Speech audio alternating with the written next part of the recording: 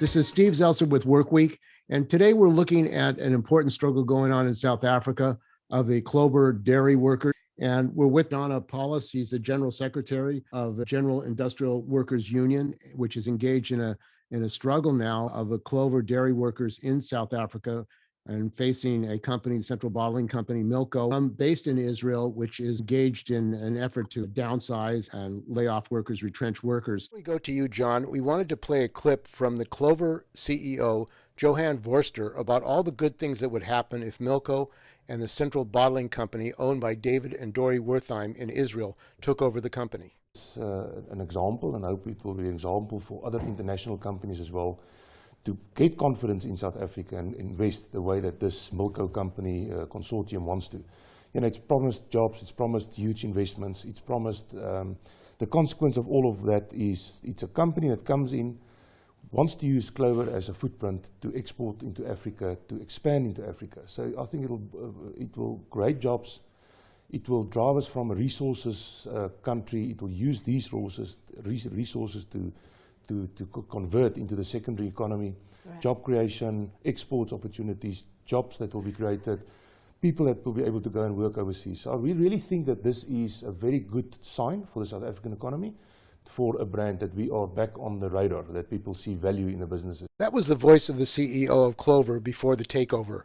Now we go to John Appolis, the General Secretary of the General Industrial Workers Union of South Africa. Welcome to Workweek. The strike started on the 22nd of November. It's more than a month in place now. And it involves about more than 4,000 workers. And it's members from our union, as well as from the Food and Allied Workers Union, FAWU.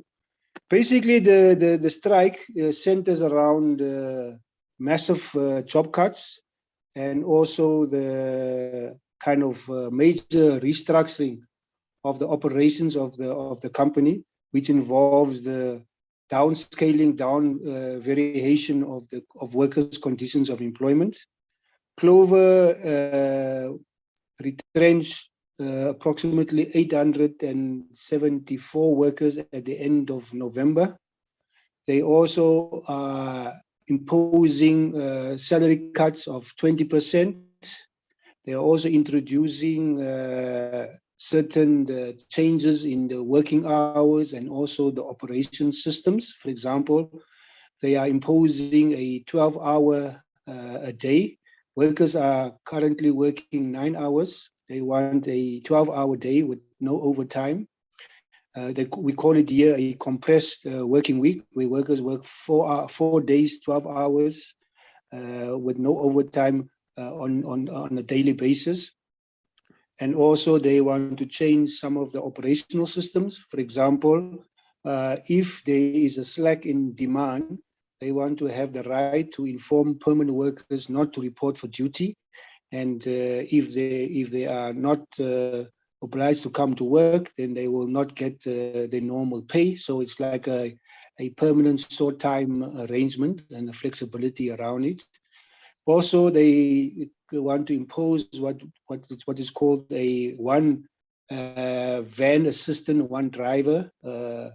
Currently, there are 2 van assistants and 1 driver. So when workers go on the delivery routes, there's a driver and he has 2 van assistants to assist with the picking of orders in the truck and the offloading of the orders to the major customers. Also, they want to cut down on the transport allowance.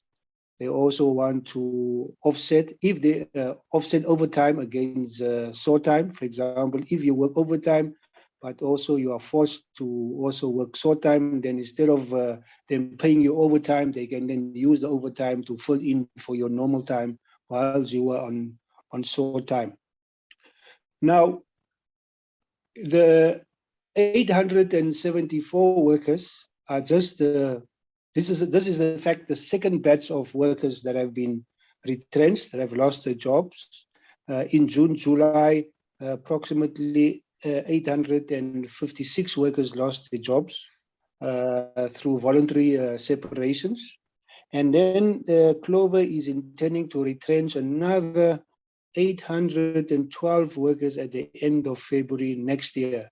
They want to close down one of their branches and relocate it to another area. And in that process, 812 workers are possibly going to lose their jobs. So there's a major onslaught on the side of Clover against workers' conditions and their jobs. Now, Clover has indicated that the reason why they are embarking on this massive job cuts and downward variations in workers' conditions of employment and this major restructuring is because they want to cut labor costs by 300 million rand per annum. They have worked it out to restore their profitability and to ensure a return on the investment of their shareholders. They have to cut labor costs by 300 million rand. And these are the different measures that they want to put in place to ensure that they achieve this target of 300 million rand in labor cost savings. And part of the strategy also on the part of Clover is to close down the inland operations. They want to shift it to the coastal areas. So next year, they also want to retrench, I think, another 300 workers through that process of the relocation of the inland facilities to the coastal areas. So basically, these attacks on workers' conditions and their salaries and their wages is driven by Clover's attempt to sustain and maintain their profitability. And the issue of the purchase of this company, Clover, maybe you can talk about how it came to be taken over by the Central Bottling Corporation and Milco in Israel. How did that happen, and what was that all about? In 2019, the Central Bottling Company set up a consortium, which is called Milco, wherein the Central Bottling Company, CBC, has a major, a majority shareholding. They then, made an offer to purchase the shares of Clover, to take over Clover.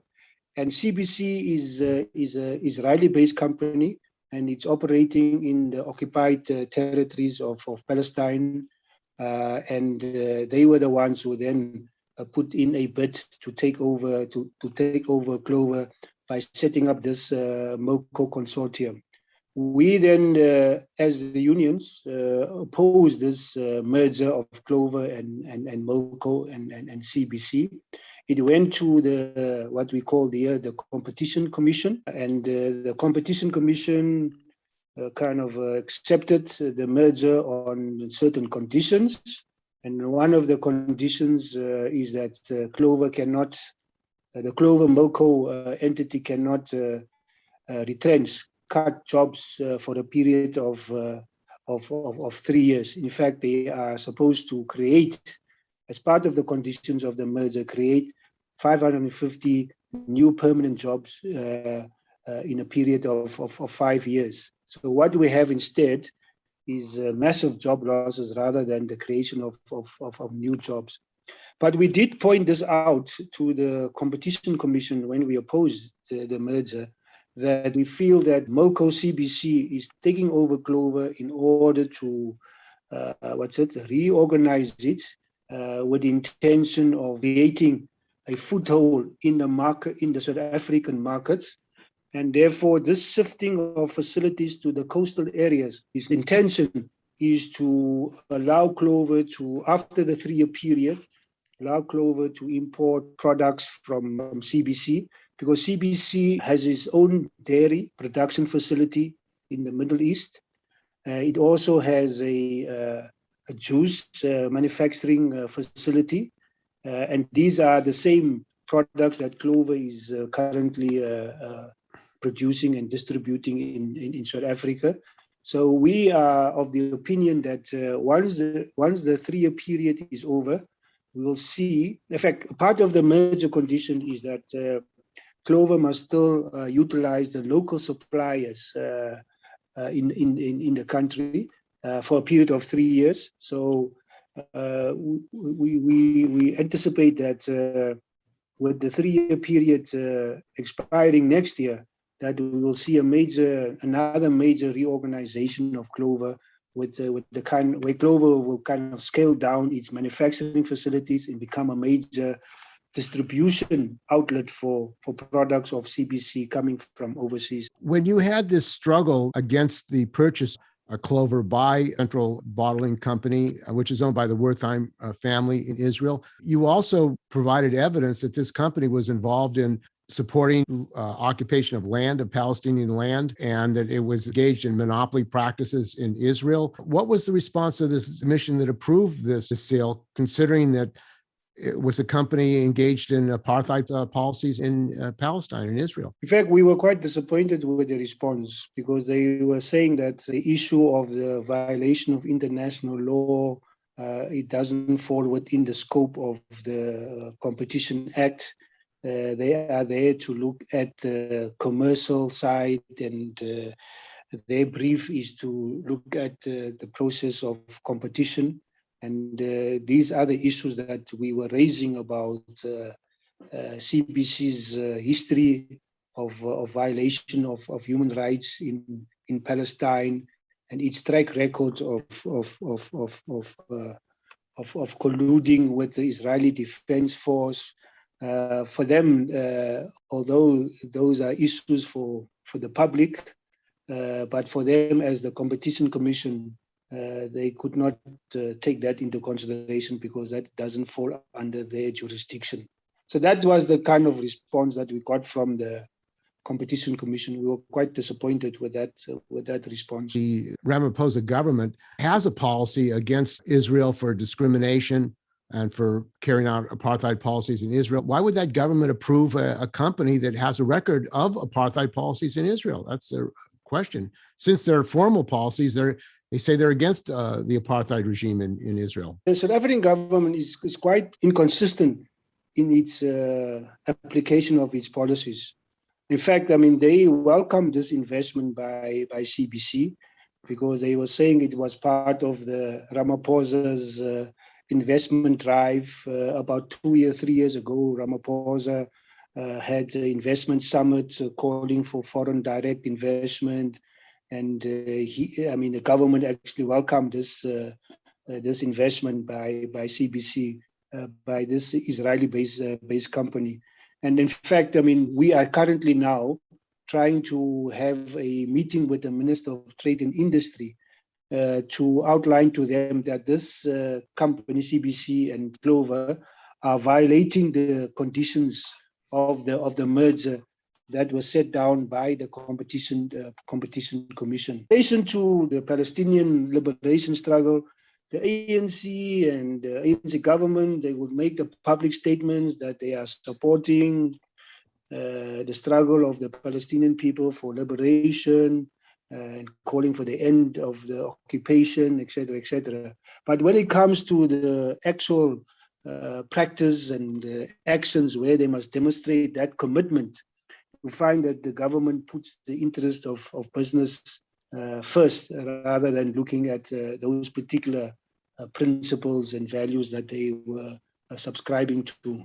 Now, I've seen pictures of the police, private security police that they've hired. It seems like they have armored and machine guns. What kind of security are they engaged in using to intimidate the workers who are on strike? Yeah, these are private security firms that they're hired to protect, as I say, their property. In fact, these are people who have no understanding, no knowledge of industrial relations. They have no understanding of what a strike is all about. They have no understanding of workers' rights during the process of industrial action, and it's really just a tactic of intimidation. In fact, we know that Clover is spending close to 600,000 rand per day just on the private security. So they are wasting a lot of money on hiring and utilizing this form of security. for this strike, rather than them trying to find a way of settling the strike. And Clover has been an important part of workers' jobs in South Africa. It's an important producer of product. This threat of the destruction of Clover to turn it into basically a distribution company for importation of Israeli products. What do the working class in South Africa think about that? It seems like this is a kind of a trend that is emerging because, I don't know if you know Massmart. Massmart is, Walmart was the major investor in Massmart, and they are embarking on a similar process of just closing down stores throughout the country. They have also embarked on a massive retrenchment program for the past 2 years. They have also cut down many wages and salaries of workers. In fact, also the South African breweries, which is also, I can't remember the name of the foreign company now, but they are also facing similar processes. So it seems that foreign investment companies are basically kind of downscaling the internal manufacturing capacity of South Africa by massive job cuts and reorganizing of businesses and operations within the country. So Clover seemed to be part of that particular trend. And that is why we are demanding to meet with the Minister of Trade and Industry to convey to the government that while they are talking about investment, development of the internal manufacturing capacity of the country, these foreign investment is not geared towards the enhancement of the process of industrial development in our country. Rather, it seemed to be under the control and ownership of foreign investment. We're seeing the opposite happening, where we have massive job cuts and even the downscaling of internal manufacturing capacity in the country.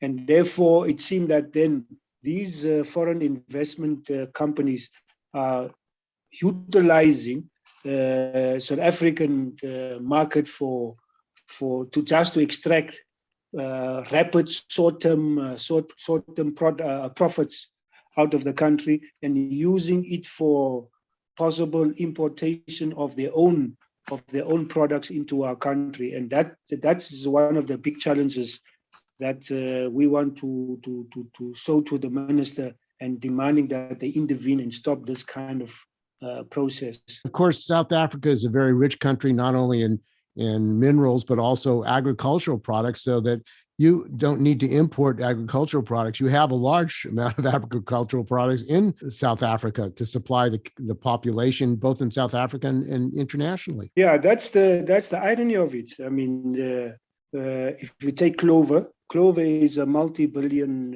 rand company. And I mean, it produces products ranging from milk, yogurt, cheese, butter, juices, different kind of juices, and all of that.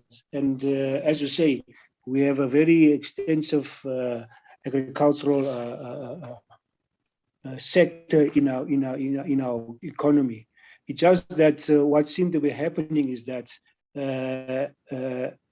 we are moving to a situation where our industrial capacity is being scaled down. We then become more and more just an exporter of primary goods, which is clearly creating a problem for the overall economic development in our country, but also for job creation in the country. I mean, similar thing is happening in the mining. You know, we are very rich in minerals, but very little is taking place in terms of beneficiation of those minerals, and we just become exporters of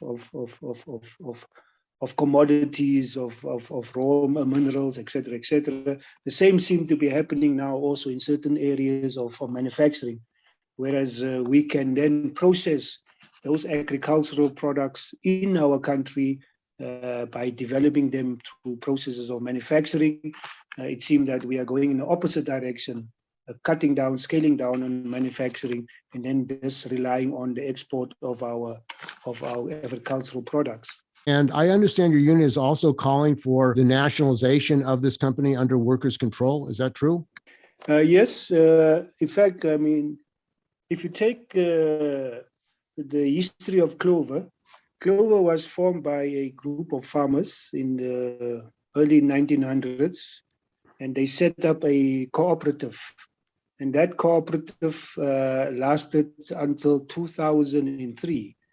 So it was about, I think, close to, 90 years or even more that Clover was a cooperative rather than a public company or a normal, corporation.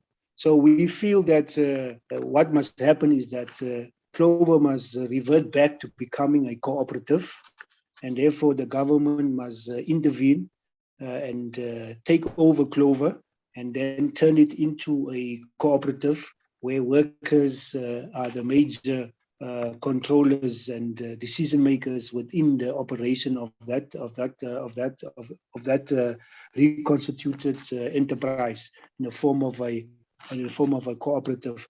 And for us, I mean, where we're coming from is that we cannot have a situation where the major dairy producer and distributor in our country is being stripped down and its manufacturing capacity is just eroded for the sake of creating a foothold in the South African market for a foreign company which is involved in the major oppression and exploitation of Palestinian people.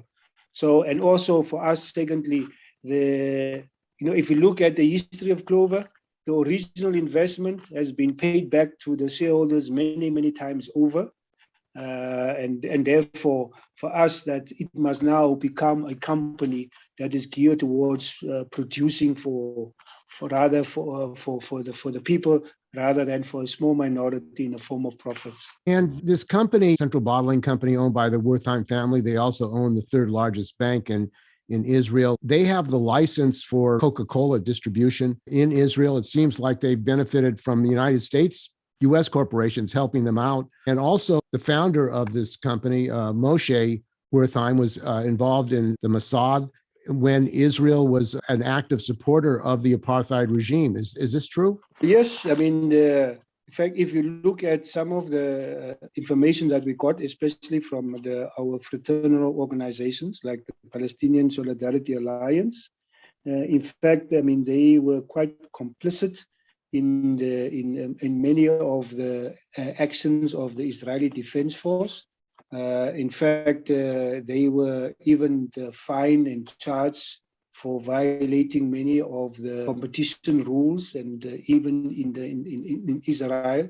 So this is a company that has a history of exploitation and oppression and violation of basic human rights. So we are not surprised that we see this kind of thing also happening in Clover.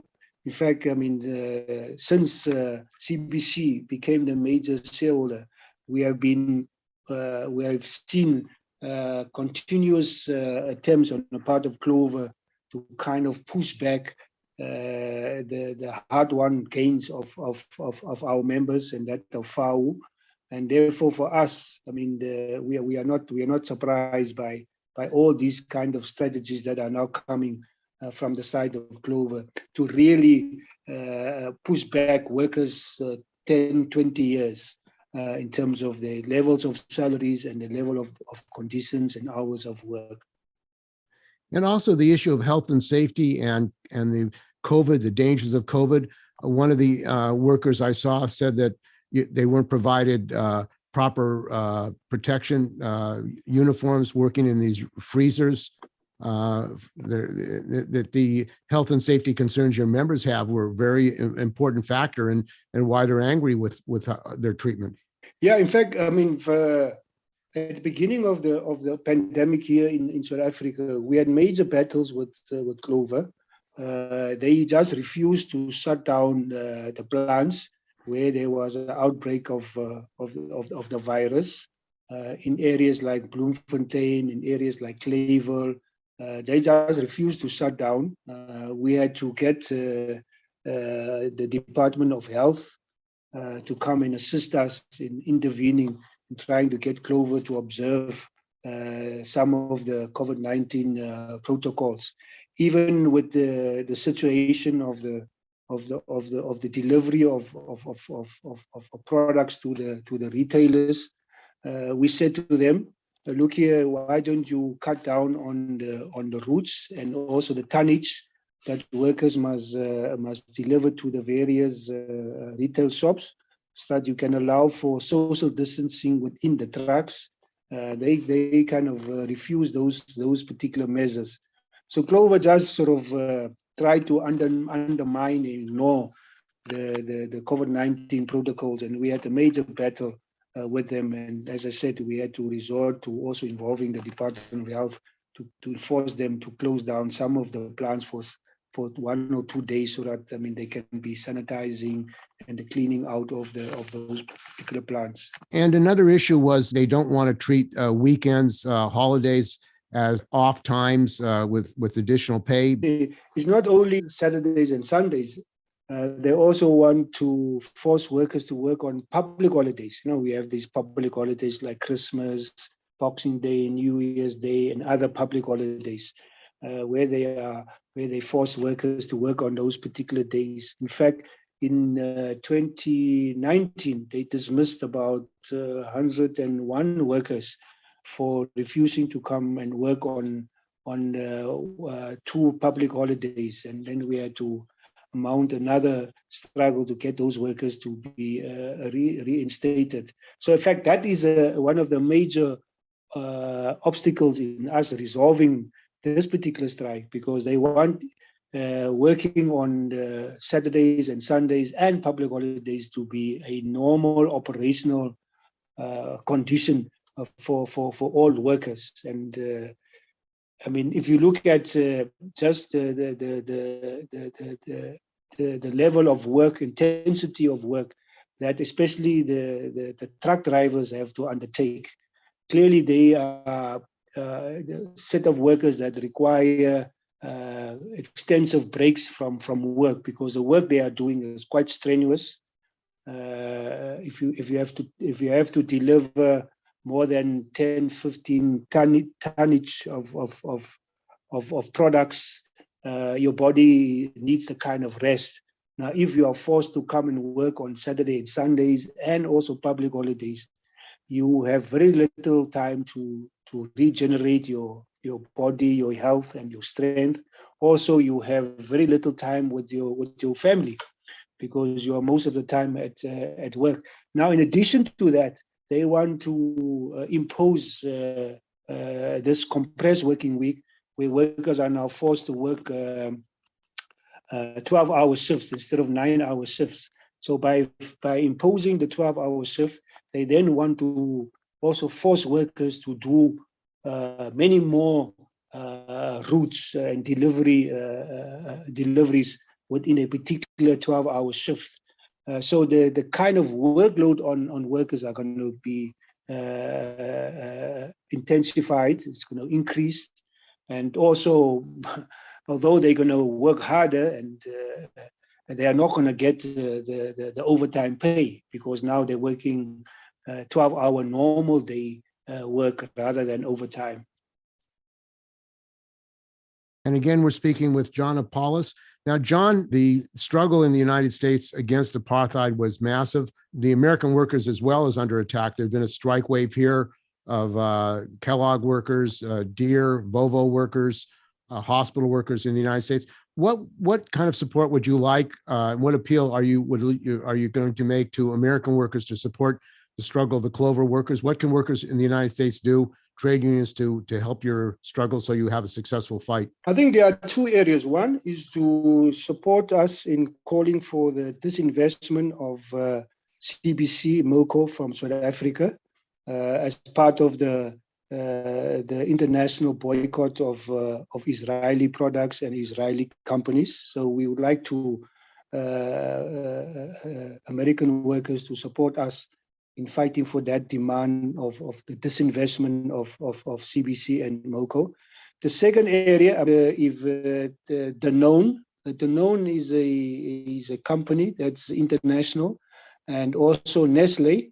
They have certain partnership arrangements with Clover. Clover distributes Nestle water. They bottle and distribute the brand called Nestle Water. And then also they have a distribution agreement with Danone. These are also two international companies. So if it's possible for those particular companies to be put under pressure, and also for American workers to boycott those particular products. Those are the two forms of solidarity that we would appreciate. Are you interested in any international day of actions at the companies, the bank offices, or the Israeli consulates around the world, embassies? Yes, we are planning to go to the Minister of Trade and Industry on the 13th of January. As I say, part of our demands will be for the government to support the disinvestment of Milco, CBC. So if there can be that kind of international exposure and demonstrations either in front of the Israeli embassy or the South African embassy, calling for the South African government to support workers in terms of the struggle against Clover and CBC. And also in front of, if those companies are operating in America, Nestle and Danone, also to demonstrate or picket those particular companies. That would be very appreciated. I want to thank you very much for talking with us about this important struggle of the Clover workers in South Africa and the need for international solidarity. Workers building an international workers movement is critical if we're going to be successful. These are multinational corporations that are operating all over the world. Yes.